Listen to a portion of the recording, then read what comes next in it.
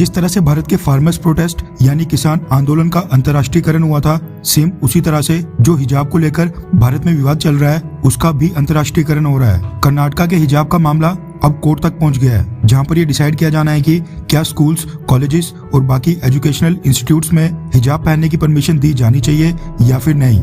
ये तो चलो हमारे इंडिया का इंटरनल मैटर यानी अंदरूनी मामला है, लेकिन अब देखने को ये मिल रहा है कि इंटरनेशनल मीडिया में इसको भारत में बढ़ते इस्लामोफोबिया के रूप में प्रोजेक्ट किया जा रहा है। सोशल मीडिया पर ऐसे कैंपेन चलाए जा रहे हैं जिससे ऐसा लगे कि मोदी गवर्नमेंट के राज में भारत में मुस्लिम्स का जीना हराम हो गया है और भारत में इस्लामोफोबिया अपने चरम पर हो गया है। पाकिस्तान का तो चलो समझ आता ही है, वो इंडिया के हर एक इंटरनल मैटर्स में दखल देने की लगातार कोशिशें करता रहता है। मलाला यूसुफजई जो एक सोशल एक्टिविस्ट और नोबेल प्राइज विनर है, उनके बाद अब एक बेहद famous football club Manchester United के मिडफील्डर पॉल पोग्बा ने भी कर्नाटका हिजाब रो को लेकर एक पोस्ट कर दी है।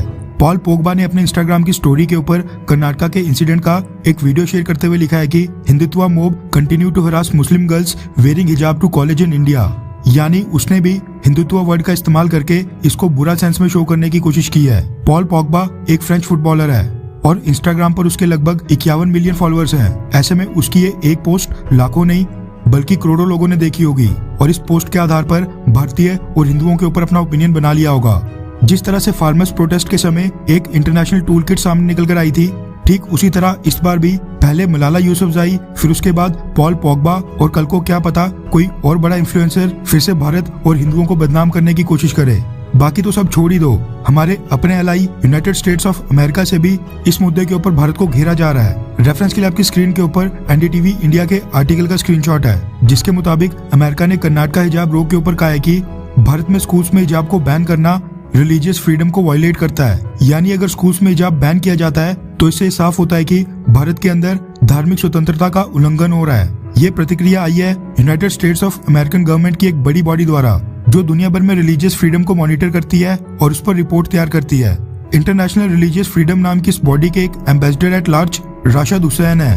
Rashid Hussain US office of international religious freedom के अंडर काम करते हैं। उन्होंने एक स्टेटमेंट जारी करके कहा है कि भारत के स्कूल्स में हिजाब बैन रिलीजियस फ्रीडम का उल्लंघन है। उन्होंने कहा कि किसी भी व्यक्ति द्वारा उसका रिलीजियस अटायर यानी उसका धार्मिक पोशाक को चुनने का अधिकार ये भी रिलीजियस फ्रीडम के अंदर ही आता है। भारत के राज्य कर्नाटका को धार्मिक कपड़ों की अनुमति का निर्धारण बिल्कुल नहीं करना चाहिए। स्कूलों में हिजाब के ऊपर प्रतिबंध धार्मिक स्वतंत्रता का उल्लंघन है और महिलाओं और लड़कियों को स्टिग्मेटाइज और मार्जिनलाइज यानी उनके ऊपर कलंक लगाने और धब्बा लगाने जैसा है। हिजाब बैन उनको हाशिए पर रखता है, मतलब कि स्कूल्स में हिजाब बैन करना एक तरह से धर्म विशेष की लड़कियों पर कलंक लगाने और धब्बा लगाने जैसा है।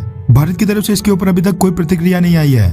बड़ी हद तक पॉसिबल है कि जिस तरह से भारत ने पाकिस्तान को कड़ा जवाब दिया था, ठीक उसी तरह से भारत अमेरिका को हमारे इंटरनल मैटर्स में दखल देने के लिए भी एक कड़ा जवाब देगा। शाम को जब विदेश मंत्रालय के spokes person Arindam Bagchi media को संबोधित करेंगे, तब शायद इसके ऊपर कोई प्रतिक्रिया सामने आ सकती है। खैर, आपको क्या लगता है कि क्या स्कूल्स और कॉलेजेस में हिजाब बैन होना चाहिए, हाँ या फिर नहीं? नीचे कमेंट करके अपनी राय जरूर बताएं।